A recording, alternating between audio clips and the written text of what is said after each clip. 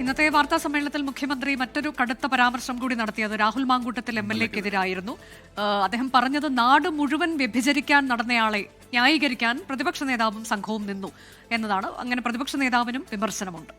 മുഖ്യമന്ത്രി വൃത്തികേട് കാണിക്കുന്ന ആളുകൾക്കൊപ്പമെന്ന് പ്രതിപക്ഷ നേതാവ് ഇതുമായി ബന്ധപ്പെട്ട് പ്രതികരിച്ചു. അവളോടൊപ്പം ആരായിരുന്നു, അവരോടൊപ്പം ആരായിരുന്നു എല്ലാവർക്കും അറിയാം. പ്രതിപക്ഷ നേതാവ് അടക്കമുള്ള ആൾക്കാർ എന്താ ചെയ്തത്? അവനെ പവിത്രീകരിക്കാൻ വലിയ തോതിലുള്ള ശ്രമങ്ങൾ നടത്തിയില്ലേ? നാട് മുഴുവൻ വ്യഭിചരിക്കാൻ നടന്നിട്ട് സ്ത്രീകളെ വലിയ തോതിൽ ദുർബോധനപ്പെടുത്തി ബലാത്സംഗം ചെയ്തിട്ട് എന്നിട്ട് അവനെ ന്യായീകരിക്കാൻ വേണ്ടി നിൽക്കുകയല്ലേ ചെയ്തു?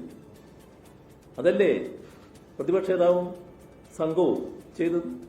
സ്വയം കണ്ണാടി നോക്കിയാൽ മതി. പിണറായി വിജയൻ സ്വയം ഒന്ന് കണ്ണാടി നോക്കണം.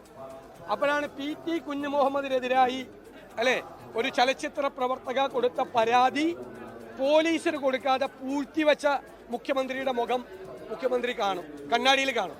കണ്ണാടിയിൽ അല്ലേ 2 കൊല്ലം MLA-ക്കെതിരായി ആക്ഷേപം വന്നിട്ടും ഒരു അച്ചടക്ക നടപടി പോലും എടുക്കാത്ത പാർട്ടി നേതാവായ പിണറായി വിജയന്റെ മുഖവും അദ്ദേഹത്തിന് കണ്ണാടിയിൽ കാണാം.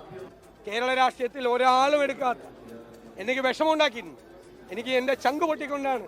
എങ്കിലും ആ തീരുമാനം കാർക്കശ്യം നിറഞ്ഞ തീരുമാനമാണ് എടുത്തത്.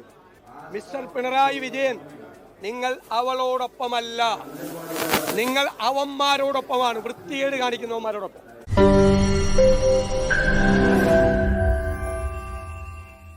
ലോകത്തെവിടെയായാലും ഏത് സമയത്തും 24 വാർത്തകളും ഓഗ്മെന്റഡ് റിയാലിറ്റി പാക്കേജുകളും എക്സ്പ്ലെയിനറുകളും വിശദമായി കാണാൻ ഞങ്ങളുടെ YouTube ചാനൽ നിങ്ങൾക്ക് സബ്സ്ക്രൈബ് ചെയ്യാം.